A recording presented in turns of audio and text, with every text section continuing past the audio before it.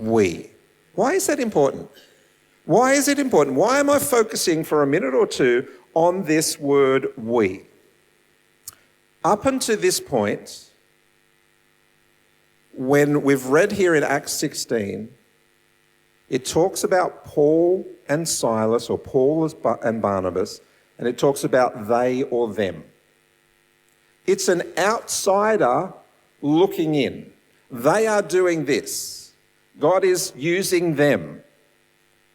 But the language has now changed. The language is no longer the language of an outsider looking in. The language is now of somebody who is on the inside. Somebody who is part of Paul's missionary team.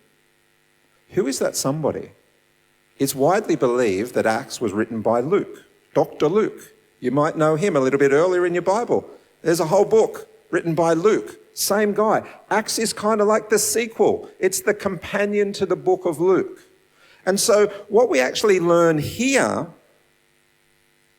is that as the author of Luke and Acts, Dr. Luke, the good doctor, has become part of the ministry team that Paul is leading.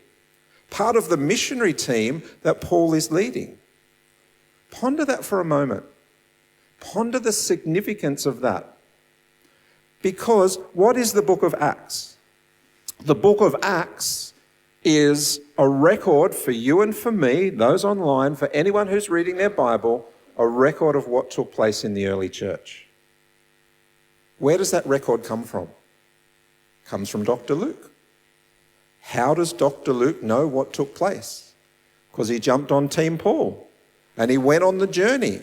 So we know everything that happened in the early church. We know all about Paul's ministry, his missionary journeys, what God did through the early church. How do we know that? Because Paul went to Macedonia and picked up Dr. Luke.